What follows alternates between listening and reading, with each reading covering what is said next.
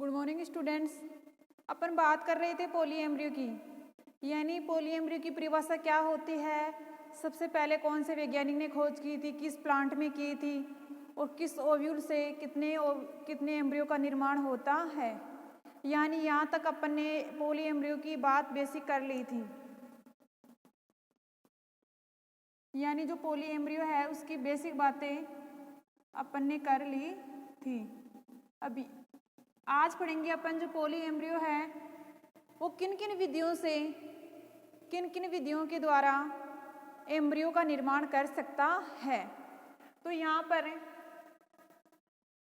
जैसे अपन बात करते हैं तो इसमें फर्स्ट टाइप था पॉलीएम्ब्रियो में कलवेज। किसमें? पॉलीएम्ब्रियो में कलवेज होता है।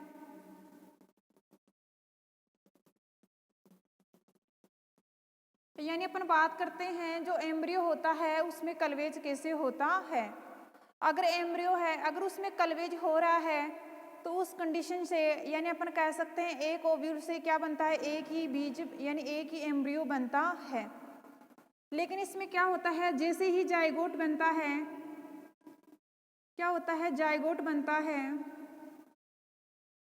जैसे ये जाइगोट बनता है तो जाइगोट में क्या होता है, कलवेज की प्रोसेस होती है, यानी विदलन की प्रोसेस होती है। जैसे ही विदलन की प्रोसेस होती है तो कुछ ये जो जाइगोट होता है कुछ भागों में डिवाइड हो जाता है, यानी अपन कह सकते हैं दो भागों में डिवाइड हो सकता है।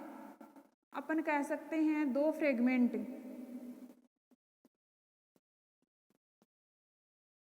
और ये प्रत्येक फ्रेगमेंट है, ये टूटा हुआ टुकड़ा है, ये क्या कर लेता है, नया एम्ब्रियो का निर्माण कर लेता है। यानी किसका निर्माण कर लेता है, एम्ब्रियो का निर्माण कर लेता है। तो ये कंडीशन क्या कहलाती है, पॉलीएम्ब्रियो। क्या कहलाती है ये कंडीशन, पॉलीएम्ब्रियो। यानी कलवेज यानी पॉलीएम्ब्रियो ऑफ कलवेज, यानी एम्ब्रियो पॉलीएम्ब्रियो में कलवेज कैसे होता है।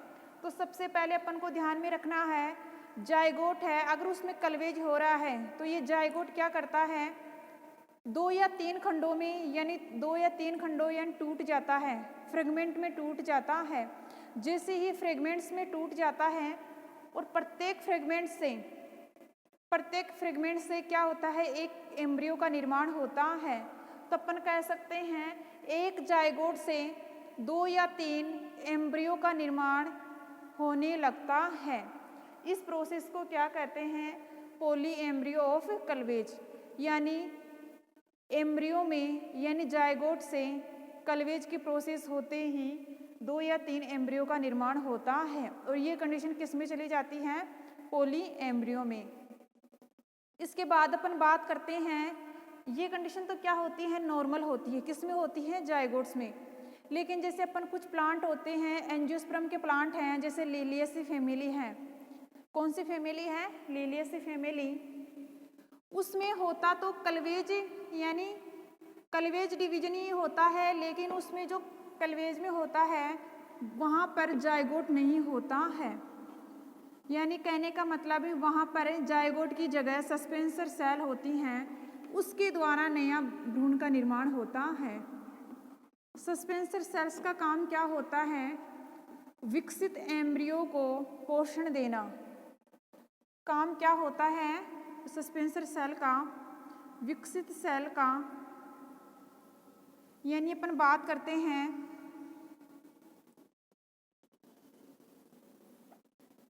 अपन बात कर रहे हैं किसकी, कलवेज में भी। लेकिन कलवेज में भी किसमें, एंजियोस्पर्म प्लांट है। और एंजियोस्पर्म प्लांट में भी कौन सी फैमिली है, लिलियेसी। कौन सी फैमिली है, लिलियेसी फैमिली है। उसमें इस प्रकार की यानी एंजियोस्पर्म में लिलियेसी फैमिली में जितने भी सदस्य आते हैं उनमें इस प्रकार का पॉलीएम्ब्रियो देखने को मिलता है। यानी किस प्रकार का पॉलीएम्ब्रियो देखने को मिलता है, इस प्रकार का पॉलीएम्ब्रियो देखने को मिलता है। यानी अपन कह सकते हैं ये सस्पेंसर सेल होती हैं, सस्पेंसर सेल होती हैं, और ये क्या होते हैं, नीचे एम्ब्रियो होते हैं।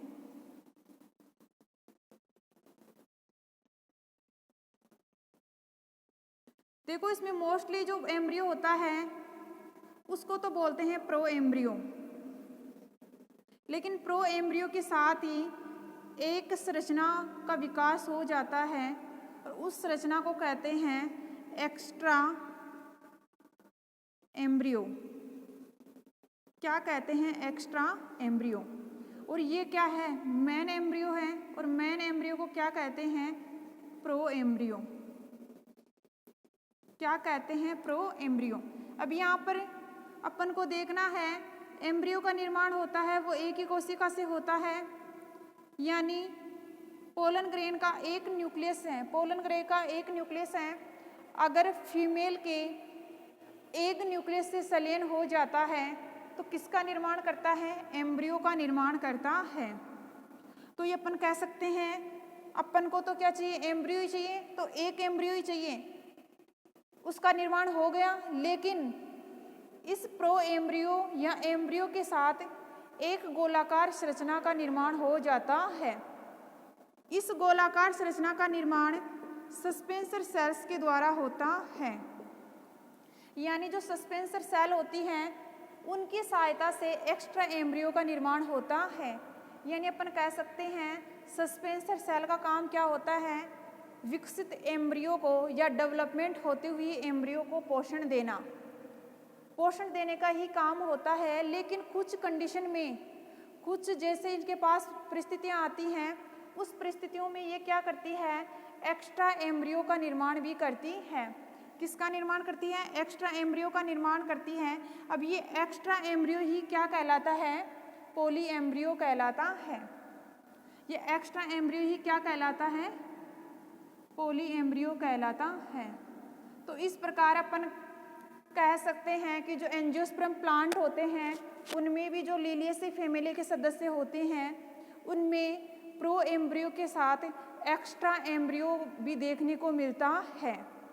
प्रो एम्ब्रियो के साथ एक्स्ट्रा एम्ब्रियो भी देखने को मिलता है, और ये एक्स्ट्रा एम्ब्रियो ही एक नए एम्ब्रियो का निर्माण कर लेता है। तो अपन कह सकते हैं एक सीड से कितने एम्ब्रियो का निर्माण हो गया? 2 एम्ब्रियो का निर्माण हो गया। उस कंडीशन को कहते हैं पोली एम्ब्रियो। इसके बाद एक एग्जाम्पल और है, इसमें ऑर्किडेसी फैमिली है। ऑर्किडेसी फैमिली है उसमें भी जो कलवेज होता है वो एबनॉर्मल होता है। क्या होता है? कलवेज भी क्या होता है? उसमें एबनॉर्मल होता है। तो सेकंड एग्जाम्पल है ऑर्किडेसी फैमिली के। ऑर्किडेसी फैमिली है उसमें एबनॉर्मल क्या होता है? कलवेज होता है। और एबनॉर्मल कलवेज होने के पश्चात उसमें कितने एम्ब्रियो का निर्माण होता है? प्रो एम्ब्रियो के साथ साथ 2 एक्स्ट्रा एम्ब्रियो का भी निर्माण होता है। कितने एक्स्ट्रा एम्ब्रियो का निर्माण होता है? 2 का। अब यहाँ पर सेकंड एग्जाम्पल की अपन बात करते हैं, उसमें भी कलवेज के द्वारा, देखो कलवेज के द्वारा पोली एम्ब्रियो है, लेकिन कलवेज के अंदर भी अपन एग्जाम्पल लेके पढ़ रहे हैं। सबसे पहले अपन ने लिया जाइगोट। जाइगोट के बाद अपन ने बात की एंजियोस्पर्म के लिलियेसी जो फैमिली है उसके सदस्यों की अपन ने बात की। उसके बाद अपन ने बात की जो ऑर्किडेसी हैं,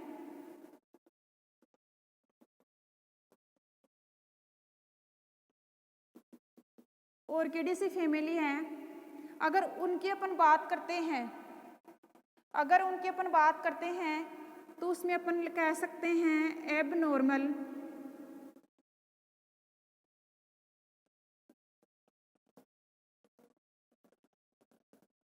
एबनॉर्मल क्या होता है? पोली एम्ब्रियो होता है। यानी यहाँ पर ऑर्किडेसी फैमिली अपने आप में एक क्या है?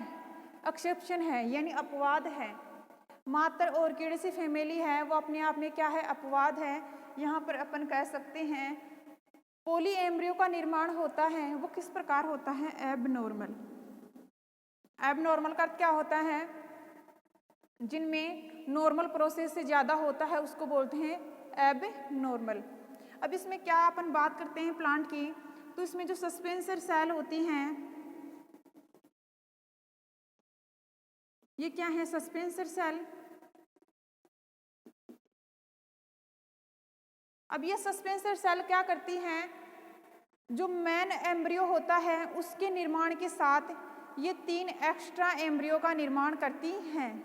कितनी एक्स्ट्रा एम्ब्रियो का निर्माण करती हैं? 3 एक्स्ट्रा एम्ब्रियो का निर्माण करती हैं। जैसे ये सस्पेंसर है, यहाँ पर ये किसका निर्माण करती है? एम्ब्रियो का निर्माण करती है।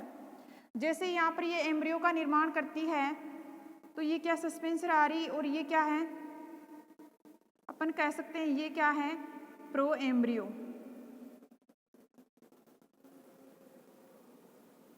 यानी अपन कह सकते हैं ये मुख्य एम्ब्रियो है। लेकिन मुख्य एम्ब्रियो के साथ साथ यहाँ पर 3 एक्स्ट्रा एम्ब्रियो का निर्माण होने लगता है। कितने एम्ब्रियो का निर्माण होने लगता है? 3 एक्स्ट्रा एम्ब्रियो का निर्माण होने लगता है। यानी अपन कह सकते हैं एक्स्ट्रा एम्ब्रियो। अब जैसे इनके एक्स्ट्रा एम्ब्रियो की अपन संरचना देखते हैं तो ये शाखा में धीरे धीरे, यानी जो मेन एम्ब्रियो है वो तो क्या हो जाता है? अलग हो जाता है। यहाँ से लेके जो ऊपर वाला जो प्रो एम्ब्रियो वाला भाग है ये तो क्या हो जाता है? अलग हो जाता है। लेकिन जो मुख्य है ये बचते हैं 3 एक्स्ट्रा। ये क्या करते हैं? ब्रांच से क्लियर दिखाई देती हैं। यानी अपन को इनकी बात करते हैं तो किस प्रकार ये दिखाई देते हैं?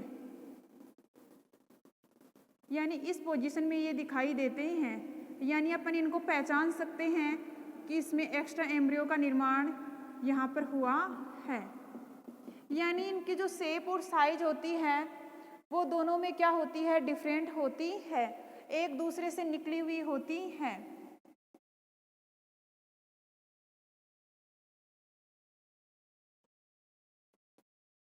अब यहाँ पर इस ब्रांच से ये निकला हुआ है। यानी ये क्या होते हैं? एक दूसरे से क्या होते हैं? कनेक्टिव होते हैं। क्या होते हैं? एक दूसरे से कनेक्टिव होते हैं। ये क्या है? ब्रांच है। तो इस कंडीशन को अपन कहते हैं पॉली एम्ब्रियो। यानी ये कंडीशन किस में देखने को मिलती है? ऑर्किड फीमेली है उनमें देखने को मिलती है। अब यहाँ पर ये सस्पेंसर सेल हैं। सस्पेंसर के सेल की संख्या 3 या 4 यानी जितनी भी हो सकती है वो प्लांट के अनुसार। लेकिन जो सस्पेंसर सेल होती हैं उनके ऊपर डिपेंडेंट होता है एक्स्ट्रा एम्ब्रियो बनेगा या नहीं बनेगा। यानी कहने का मतलब सस्पेंसर सेल हैं ये चाहे तो एक्स्ट्रा एम्ब्रियो बना सकती हैं, ना चाहे तो इनसे कोई एक्स्ट्रा एम्ब्रियो भी नहीं बना सकता है। यानी टोटल है इनके ऊपर डिपेंडेंट रहता है। अगर ये संख्या में एक्स्ट्रा एम्ब्रियो 3 या 4 बनाने हैं तो इनकी कोशिकाओं की संख्या भी क्या होनी चाहिए? 3-4 होनी चाहिए। उसी के अकॉर्डिंग इसका निर्माण होता है। उसके बाद अपन बात करते हैं कि पॉली एम्ब्रियो है उसका क्या महत्व है, किस प्रकार इसका उपयोग में किया जाता है। इसके बाद अपन चर्चा करते हैं कि जो पॉली एम्ब्रियो है तो इसका निर्माण जैसे ही एम्ब्रियो जेनेसिस का निर्माण होता है एम्ब्रियो सेक में। थर्ड है इसमें अपन पॉइंट की बात करते हैं। थर्ड पॉइंट आता है इसमें जो एम्ब्रियो सेक होता है उसके अंदर कितने न्यूक्लियस होते हैं अपन बात करते हैं। नॉर्मल कितनी होती हैं? 6 होती हैं। कितनी होती हैं? कोशिकाएं कितनी होती हैं? 6 होती हैं। 2 न्यूक्लियस होते हैं। टोटल कितने हो गए? 8। अब ये क्या है? सिनरेजिड है। सिनरेजिड सेल हैं। ये क्या है? एंटीपोडियल हैं। एंटीपोडियल सेल हैं। और बीच में क्या है? सेकेंडरी न्यूक्लियस हैं। अब यहाँ तक ये सब पता है प्रोसेस। अगर इसमें एक न्यूक्लियस यहाँ पर जुड़ता है, पोलन ग्रेन का एक न्यूक्लियस एक से जुड़ता है तो ये किसका निर्माण करता है? एम्ब्रियो का निर्माण करता है।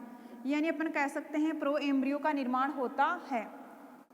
अगर सेकंड में अगर अपन बात करते हैं सेकेंडरी न्यूक्लियस की बात कर रहे हैं, अगर यहाँ पर एक मेल न्यूक्लियस सेकेंडरी न्यूक्लियस के साथ जुड़ता है तो किसका निर्माण करता है? एंडोस्पर्म। यानी कहने का मतलब एंडोस्पर्म और एम्ब्रियो का निर्माण होता है। ये सभी प्लांटों में ये 2 कंडीशन लागू होती हैं। जितने भी प्लांट हैं, अगर एंडोस्पर्म बनेगा तभी एम्ब्रियो बनेगा, एम्ब्रियो बनेगा तो उसी के साथ एंडोस्पर्म बनेगा, क्योंकि एम्ब्रियो को पोषण देने के लिए एंडोस्पर्म का जरूरी है, यानी एंडोस्पर्म का बनना जरूरी है। किसको पोषण देने के लिए? एम्ब्रियो को। ठीक है, ये कंडीशन तो अपन जितने भी प्लांट होते हैं उसमें लागू होती हैं, लेकिन जैसे ही विपरीत परिस्थितियां आती हैं या कुछ अनुकूल परिस्थितियां आती हैं, तो ये जो सिनरेजिड सेल है और जो एंटीपोडियल सेल है और सिनरेजिड सेल है, ये क्या करती हैं? अपने आप में डिवीजन करने लगती हैं। अब डिवीजन करने लगती हैं तो डिवीजन करते ही करते रहेंगे तो लास्ट में कोई ना कोई संरचना तो बनेगी, और वो संरचना अपन को दिखाई देती है एक्स्ट्रा एम्ब्रियो के रूप में। यानी सिनरेजिड सेल और एंटीपोडियल सेल अगर लगातार अनुकूल परिस्थितियों में या विपरीत परिस्थितियों में लगातार डिवीजन करती रहती हैं, तो एक लास्ट में कुछ ना कुछ संरचना अपन को देखने को मिलेगी, और वो संरचना ही क्या कहलाती है? एक्स्ट्रा एम्ब्रियो कहलाती है। तो थर्ड पॉइंट यहाँ पर बनता है कि जो सिनरेजिड सेल है या एंटीपोडियल सेल है, उनके द्वारा पॉली एम्ब्रियो का निर्माण, यानी एक्स्ट्रा बना रहे हैं। देखो अपन के पास प्रो एम्ब्रियो प्राप्त हो गया, ये अपन का क्या है? मुख्य एम्ब्रियो है, एंडोस्पर्म प्राप्त हो गया। लेकिन इस एम्ब्रियो के अलावा जो मेन एम्ब्रियो है, उसके अलावा जो एम्ब्रियो बन रहा है वो एम्ब्रियो जाएगा किसमें? एक्स्ट्रा एम्ब्रियो में। और जो एम्ब्रियो एक्स्ट्रा एम्ब्रियो में जाता है वो किस में चला जाता है? पॉली एम्ब्रियो में। किस में चला जाता है? पॉली एम्ब्रियो में। कहने का मतलब सिनरेजिड सेल और एंटीपोडियल सेल से जितने भी एम्ब्रियो बनेंगे वो कहलाते हैं एक्स्ट्रा एम्ब्रियो, और एक्स्ट्रा एम्ब्रियो किस में चले जाते हैं? पॉली एम्ब्रियो में। तो ये कंडीशन किस में होती है? यानी थर्ड पॉइंट है यहाँ पर एंटीपोडियल सेल एंड सिनरेजिड सेल से पॉली एम्ब्रियो का निर्माण। तो यहाँ पर अपन को सिर्फ यहाँ पर टॉपिक पॉइंट लिख रहे हैं तो उस पॉइंट के बारे में ही चर्चा करना है। यहाँ पर जैसे एंटीपोडियल और सिनरेजिड सेल का नाम आया तो इनके दोनों के अलावा अपन कोई टर्म में ध्यान में नहीं रखना है, इनका टर्म ही अपन को ध्यान में रखना है। यानी अपन को एंटीपोडियल और सिनरेजिड के द्वारा ही किसका निर्माण करवाना है? प्रो एम्ब्रियो का निर्माण करवाना है। उस कंडीशन को क्या बोलते हैं? सिनरेजिड या एंटीपोडियल से पॉली एम्ब्रियो का निर्माण। तो यहाँ पर आपको प्रो एम्ब्रियो नहीं लिखना है, आपको लिखना है एक्स्ट्रा एम्ब्रियो, और वो एक्स्ट्रा एम्ब्रियो धीरे धीरे किस में काउंट हो जाता है? पॉली एम्ब्रियो में काउंट हो जाता है। इसके बाद अपन बात करते हैं जो पॉली एम्ब्रियो है उसकी थ्योरी को समझाने के लिए अलग अलग वैज्ञानिकों ने, यानी अनेक वैज्ञानिकों ने या अलग अलग वैज्ञानिकों ने अलग अलग मत रखे। सबसे पहले एंटी वॉन ल्यूक ने दिया ऑरेंज के, लेकिन कुछ वैज्ञानिकों को मानना है कि इन्हें सबसे पहले सिट्रस में देखा, जो मोनोकोट फैमिली है उसमें देखा। तो नेक्स्ट क्लास में अपन बात करेंगे अलग अलग साइंटिस्ट ने कौन कौन से मत दिए, कौन कौन से प्लांटों में समझाइए। ठीक है, वो नेक्स्ट क्लास में अपन बात करेंगे।